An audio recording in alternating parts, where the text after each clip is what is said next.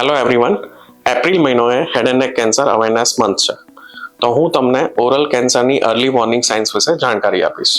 3 અઠવાડિયા સુધી મોઢામાં ના રૂઝાતું ચાંદુ, એરિથ્રોપ્લાક્યા કે મોઢામાં રહેલું લાલ ચાંદુ, લ્યુકોપ્લાક્યા મોઢામાં રહેલું વ્હાઇટ ચાંદુ તથા દાંત ઢીલા થવા, દાંત હલવા, રિસેન્ટલી મોઢું ખુલવું ઓછું થવું, આ બધી વોર્નિંગ સાઇન્સ ઓરલ કેન્સરની છે. જો તમને આ બધી વોર્નિંગ સાઇન્સ હોય તો તરત જ ડોક્ટરનો સંપર્ક કરવો જોઈએ.